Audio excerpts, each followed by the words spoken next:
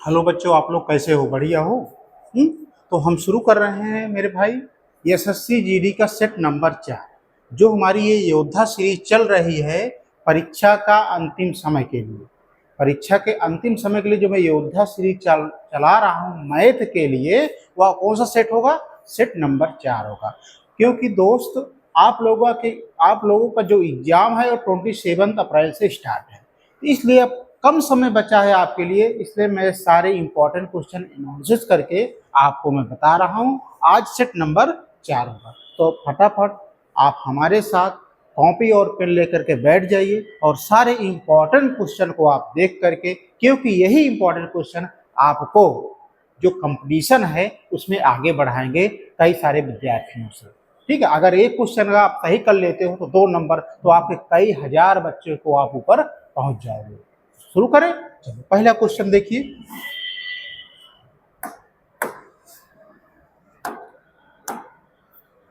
ये वाला क्वेश्चन देखो, बहुत इंपॉर्टेंट क्वेश्चन है वाला। आप इसको इंपॉर्टेंट की श्रेणी में दे सकते हो। ठीक है, पहले क्वेश्चन पढ़ो आप। कह रहा है यदि दो संख्याएं तीसरी संख्या से क्रमशः 6.25% और 25% अधिक हैं तो पहली संख्या दूसरी संख्या का कितना प्रतिशत है? मेरे भाई यहाँ पे दो संख्याओं का परसेंटेज दिया हुआ है, तीसरी संख्या का परसेंटेज नहीं दिया, तो हम मान लेते हैं तीसरी संख्या का परसेंटेज था 100 था, तो तीसरी संख्या जो थी वो 100 थी। ठीक है, कह रहे दो संख्याएं तीसरी संख्या से क्रमशः इतने इतने परसेंट अधिक है, यानी तीसरी संख्या है तो जो पहली संख्या है कितना परसेंट है? 62, यानी इतना परसेंट अधिक है। तो जोड़ोगे 100 में इतना जोड़ दोगे तो कितना आ जाएगा? 106.25। ये समझ पाए कि नहीं? जैसे कोई संख्या 25% की वृद्धि होती है तो माने हो अगर पहली संख्या 100 है और 25% की वृद्धि कर रही है तो क्या लिख सकते हो? उसको 125 ही लिखते हो। तो सेम 6.25% बढ़ रही है तो 100 में इसको जोड़ दोगे तो आ जाएगा 106.25। फिर दूसरी संख्या इससे 25% बढ़ रही है तो ये क्या हो जाएगा मेरे भाई? 100 में 25 जोड़ोगे तो आ जाएगा 125%। इस तरह से हमने पहली संख्या 100 मान लिया, तो जो तीसरी संख्या 100 मान लिया तो पहली संख्या क्या हो गई हमारी? 106.25 और दूसरी संख्या क्या हो गई? 125%।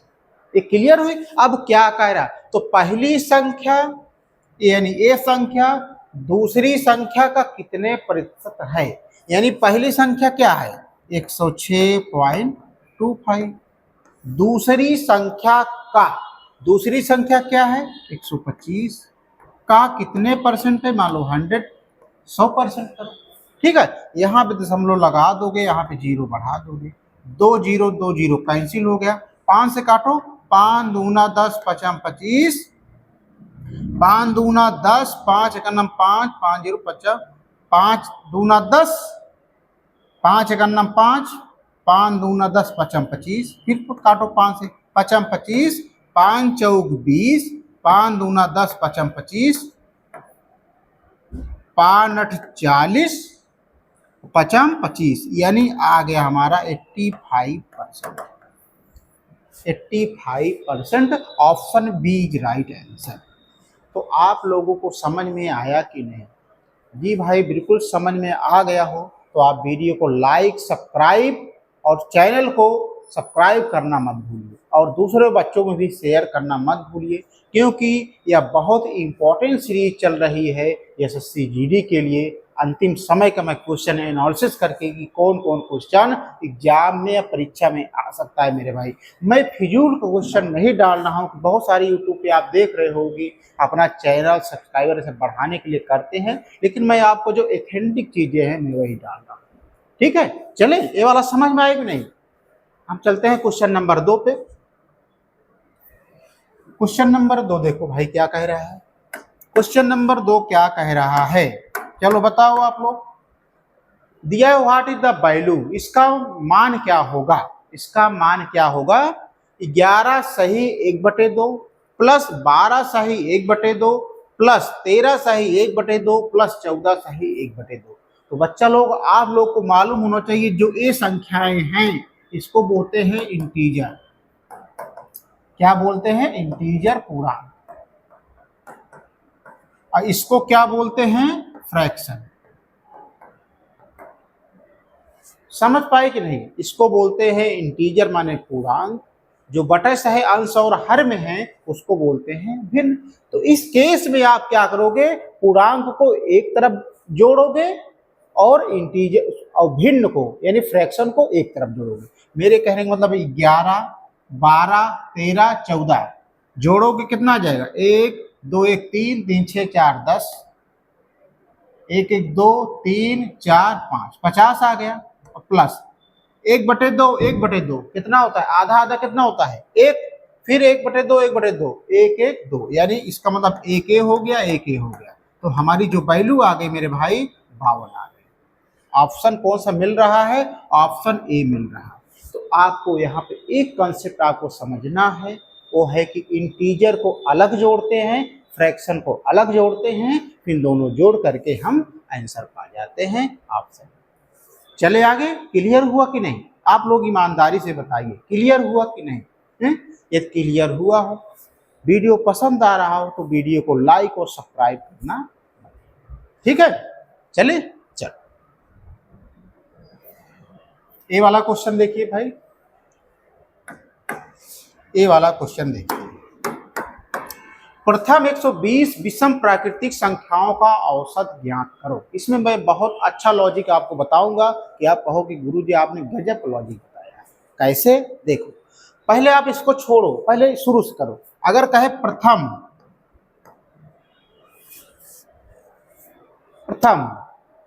पहली संख्या का औसत, पहली विषम प्राकृतिक संख्या का औसत, पहली विषम प्राकृतिक संख्या का औसत क्या होगा? 1 + 3/2। तो 3 1 4/2, 2 दूना 4। ठीक है। प्रथम द्वितीय विषम का क्या हो जाएगा मेरे भाई? 1 + 3 + 5 बटे कितना है संख्या? 1 2 3। क्या हो जाएगा? 3 1 4 5 4 9/3, 3 3 9। कहे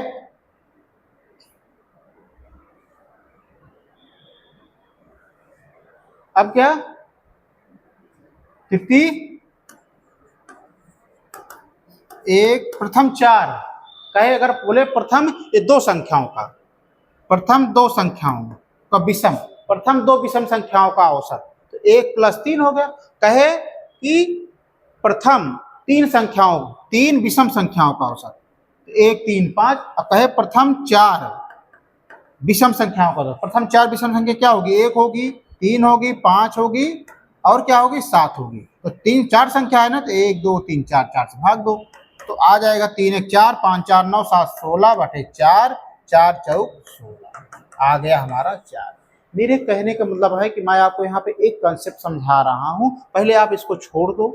कहे कि प्रथम दो विषम संख्याओं का औसत, तो क्या लिखोगे? 1 + 3/2 भाग दोगे 2 आ जाएगा। कहे कि प्रथम तीन विषम संख्याओं का औसत, 1 + 3 + 5/3 भाग दोगे 3 आ जाएगा। इसी तरह 4 तक का, फिर डाट डाट देखो कितना आ रहा है? 2 आ रहा है, 3 आ रहा है, 4 आ रहा है। मेरे कहने मतलब जितना आप विषम संख्याओं को पूछ रहे हो तो वही आंसर आ जा रहा है। तो जब इस तरह से पूछ ले तो क्या हो जाएगा? प्रथम 120 प्राकृतिक संख्याओं का औसत, तो 120 ही होगा, यानी वही संख्या होगी। तो ऑप्शन कौन सा सही है? Option B. इसमें मुझे आपको समझाने का मतलब ये है कि कितने भी आप विषम संख्याओं का औसत निकालोगे वह संख्या वही रहेगी। ठीक है, ये दिमाग में आप बैठा लेना। आगे चले हम। चलो क्वेश्चन नंबर हम 4 पे आते हैं। क्वेश्चन नंबर हम 4 पे आते हैं। एक 725 मीटर लंबी ट्रेन 235 मीटर लंबी सुरंग को 48 सेकंड में पार करती है। ठीक है, तो कह रहे ट्रेन की गति क्या होगी? तो सबसे पहले बच्चा लोग देखिए लंबाई, ट्रेन की लंबाई क्या है आप बताओ? ट्रेन की लंबाई है 725। मीटर। ठीक है, 200 मीटर लंबी सुरंग को, और सुरंग भी ये है, कितना है, सुरंग कितनी है 48, 235 है, कितना है मेरे दोस्त 235। ठीक है, वो 48 सेकंड में पार करते हैं। तो ट्रेन की गति ज्ञात करो। तो मेरे कहने का मतलब एक ट्रेन है, ट्रेन इसमें जा रही, इधर से जा रही है, इस सुरंग को पार करेगी। इसका मतलब क्या है, ट्रेन ट्रेन की लंबाई तो जुड़ेगी ही, जिसको पार करेगी उसकी भी लंबाई जुड़ेगी। मेरे कहने का मतलब ट्रेन की लंबाई जुड़ जाएगी और सुरंग की लंबाई जुड़ जाएगी। क्यों? क्योंकि ट्रेन ही सुरंग को पार कर रही है, तो ट्रेन प्लस सुरंग, चाहे वो पुल को पार करती तो पुल प्लस सुरंग। तो मेरे कहने का मतलब है ट्रेन की गति यानी चाल बराबर, गति का मतलब क्या होता है, चाल, चाल बराबर क्या होता है आप लोग बताओ, चाल बराबर होता है दूरी बटा समय, यही तो होता है। तो दूरी, ट्रेन की दूरी कितना है 725 है, और इसके साथ सुरंग भी जुड़ेगी क्योंकि सुरंग और ट्रेन आपस में है। ठीक है, तो 235, समय कितना दिया है 48 सेकंड, सेकंड का मतलब समय 48 सेकंड। जोड़ो, 5 5 10, 3 2 5 1 6, 7 2 9 बटे 48। काटो इसको,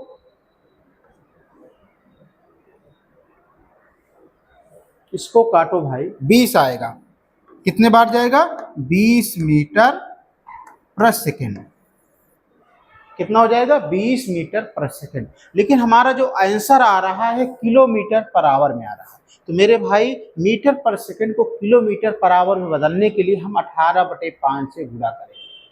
अगर हमें किलोमीटर को मीटर पर सेकंड में बनना होता तो 5/18 से गुणा करते, हमें मीटर पर सेकंड को किलोमीटर पर आवर में बनाना है, तो इसलिए मेरे भाई किससे गुणा करेंगे 18/5 से। ठीक है, 5 चौक 20, 18 चौक 72, तो जो हमारा आंसर आ गया 72 किलोमीटर पर आवर, यही हमारा आंसर होगा।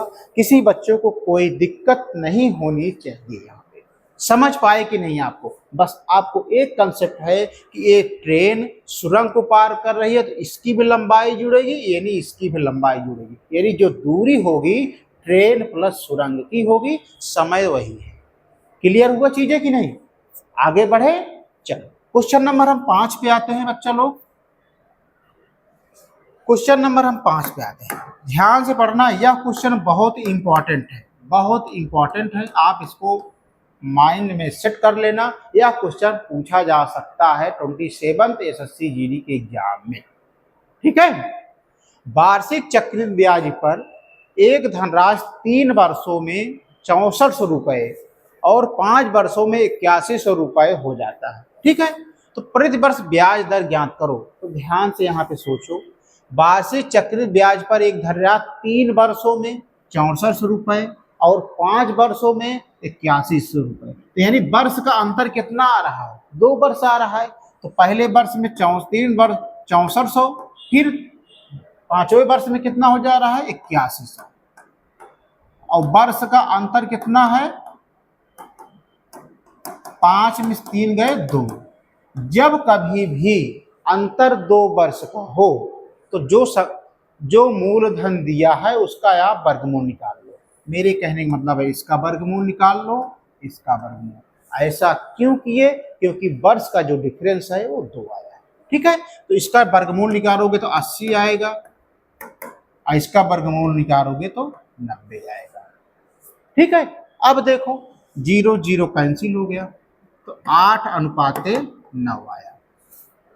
तो कह रहा है प्रति वर्ष ब्याज दर ज्ञात करो, प्रति वर्ष ब्याज दर ज्ञात करो। तो इसका डिफरेंस कितना है 1 है, 1/8 पे पहले वाले में निकाल रहे हैं, तो इसका डिफरेंस 1 है, तो 1/8 × 100 पे 2 चौक 8, 2 दूना 4, 2 पंचे 20, 2 पंचे 10, 2 काटो 25/4, यानी 4 पंचे 4 छंग 24, यही तो होगा, यही तो होना चाहिए भाई। कितना आंसर आ रहा है आप लोग बताओ?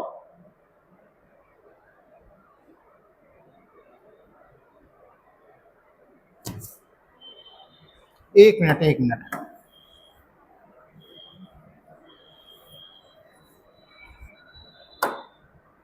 आप लोग ध्यान दिए, कहाँ गलती हुई बताओ?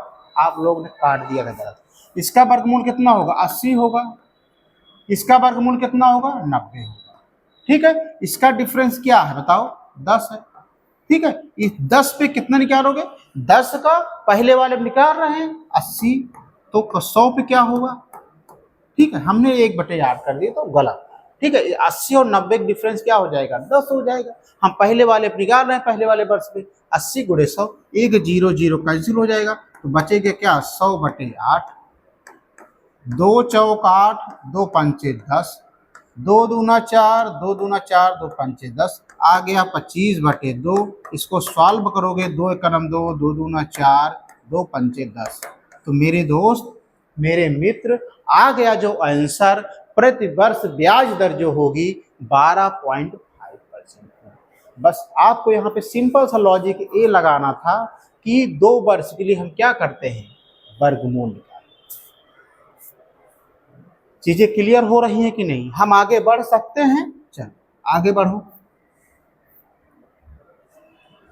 एक क्वेश्चन देखो, एक क्वेश्चन देखो क्या कह रहा है। एक मिश्रण में 8 किलो चाय जिसकी कीमत 295 रुपए है, ठीक है, और 10 किलो चाय जिसकी कीमत 250 है शामिल है, तो मिश्रण का प्रति किलो औसत मूल्य क्या होगा? तो सबसे पहले बच्चा लोग क्या दिया है, आप लोग बताओ। मूल्य कितना है पहले वाले का? 295 है। ठीक है, दूसरे वाले को कितना दिया है? 250 है। ठीक है, अब इनका वजन, इसका वजन कितना दिया है? पहले वाले का 8 केजी, दूसरे वाले क्या दिया है? 10 केजी। यही तो है।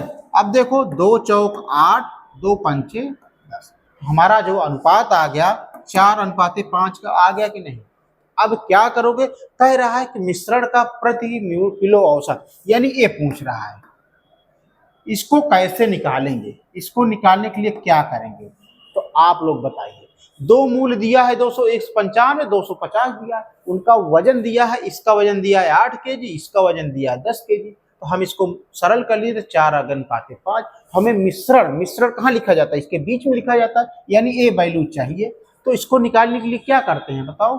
देखो, इसको इसमें गुणा करो, 4 पंचे 20, 4 9 36, 2 38, और 4 दूनी 8 3 11, प्लस इसको इसमें गुणा करो, 0 5 5 25, 5 दूनी 10 2 12, बटे यानी कुल औसत भार बटे कुल योग बटे टोटल संख्या। टोटल संख्या क्या हो जाएगी? 4 + 5, तो जोड़ो, 0 8 5 13, 2 1 3 1 4, 1 1 2 बटे 9। ठीक है, अब काटो, 9 दूनी 18,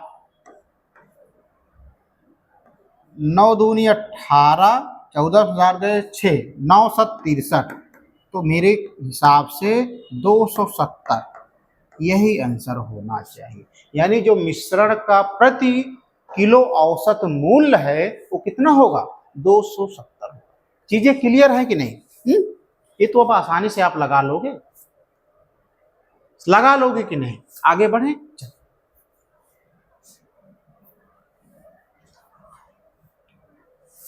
ये वाला भी क्वेश्चन बहुत इंपॉर्टेंट है, इसको आप इंपॉर्टेंट की श्रेणी में रख लो। ठीक है, इसको इंपॉर्टेंट की श्रेणी में आप लोग रख लो, बहुत इंपॉर्टेंट है। देखो पहले पढ़ो, अम्ल और जल के दो विलयनों को जिनमें अम्ल और जल का अनुपात क्रमशः 2:7 और 4:5। बच्चा लोग, इसमें अम्ल और वाटर है, उनका अनुपात 2 दिया हुआ है। ठीक है, तो सबसे पहले एसिड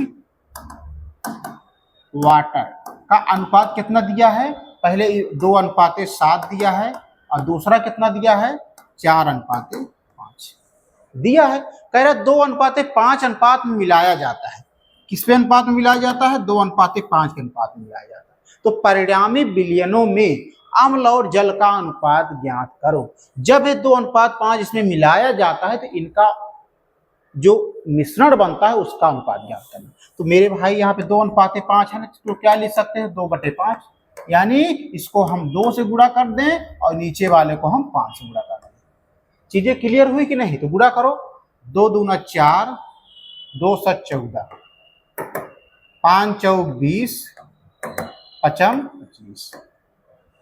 ठीक है, अब देखो इसको काटो, क्या आ जाएगा बताओ? इसको काटोगे क्या आएगा? आप लोग बताओ।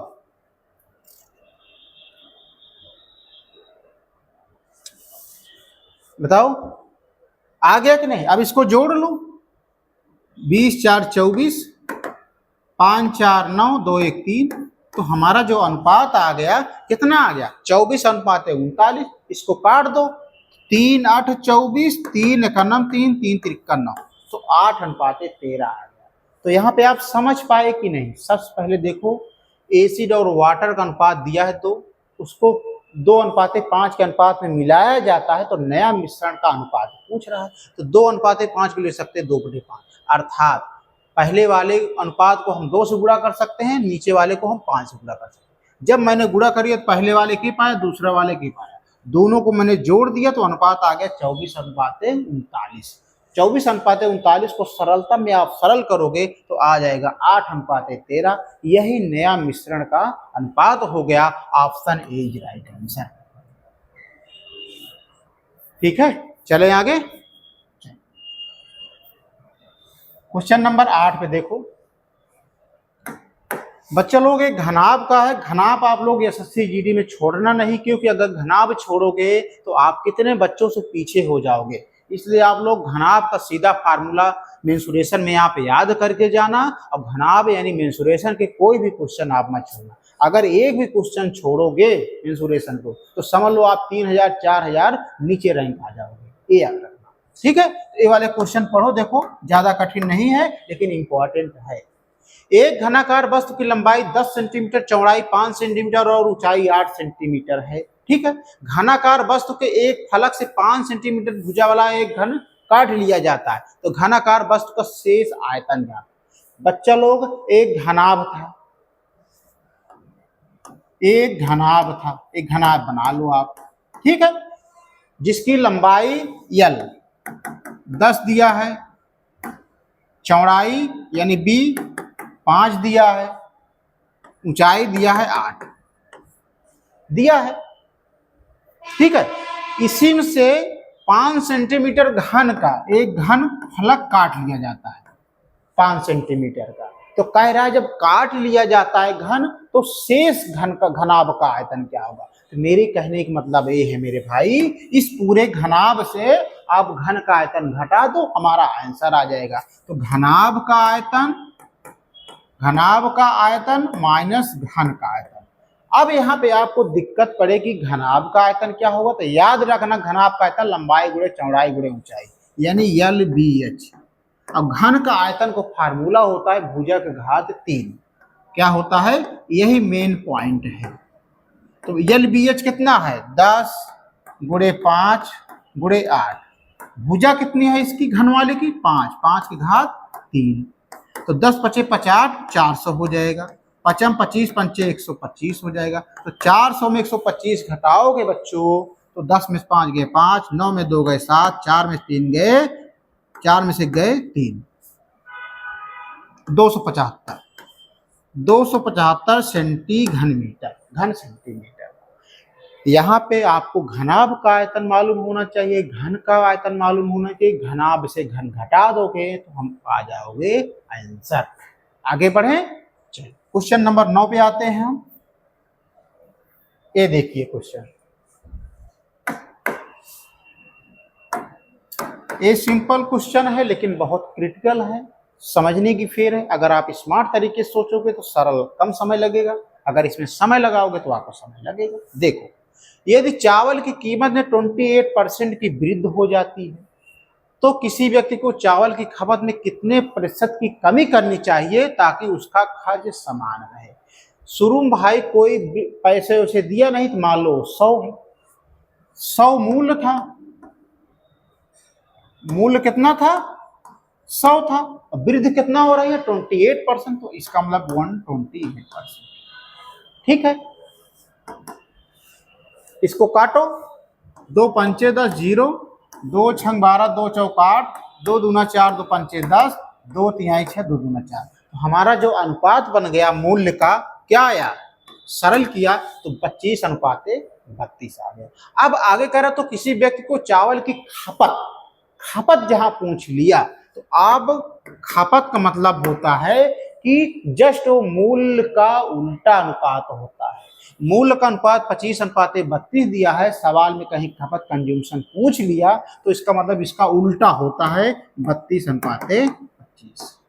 ठीक है, खपत में कितने प्रतिशत की कमी करनी चाहिए ताकि उसका खर्च समान हो, तो आप इसका डिफरेंस क्या आ जाएगा, 12 में 5 गए 7, कितने पे आएगा, पहले वाले निकाल रहे हैं 32 पे, तो 100 पे कितना आएगा, 2 एकन्नम 2, 2 छंग 12, 2 पंचे 10, 0, 2 8 16, 2 दूना 4, 2 पंचे 10, 25 सत्ते 175/8।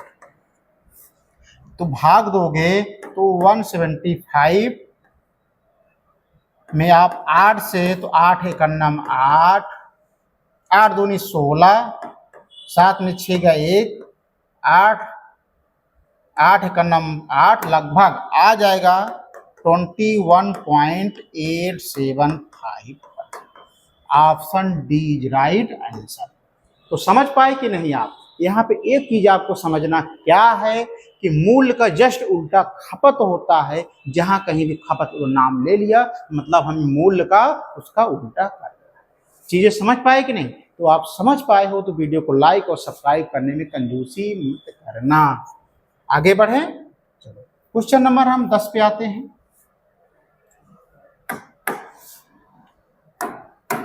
देखो अब 2 मीटर गुणे 4 मीटर गुणे 10 मीटर आयाम वाले एक ठोस घन को पिघलाकर, एक घन है जिसकी लंबाई चौड़ाई और ऊंचाई दिया हुआ है, उसको पिघला करके 8 सेंटीमीटर भुजा वाले छोटे छोटे ठोस घन बनाए जाए, यानी बड़े वाले घन को पिघला करके छोटे छोटे घन बनाए जा रहे हैं।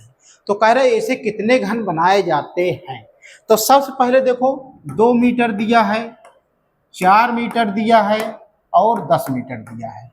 ठीक है, और नीचे वाले पिघला करके सेंटीमीटर में पूछ रहा है, तो बच्चा लोग मीटर में है, इसको सेंटीमीटर में बनाओगे तो 100 से आप गुणा कर दोगे, क्योंकि 1 मीटर में 100 सेंटीमीटर होता है, मतलब यल बराबर आ जाएगा 2 गुणे 100 बराबर 200 सेंटीमीटर, बी आ जाएगा 100 चौके 400 सेंटीमीटर और यच आ जाएगा 1000 सेंटीमीटर। ये कैसे आया, क्योंकि 1 मीटर में 100 सेंटीमीटर, हम मीटर को सेंटीमीटर में बनाए। तो कह रहा है ऐसे कितने घन बनाए जा सकते हैं, यानी संख्या पूछ रहा है। तो n बराबर हो जाएगा ठोस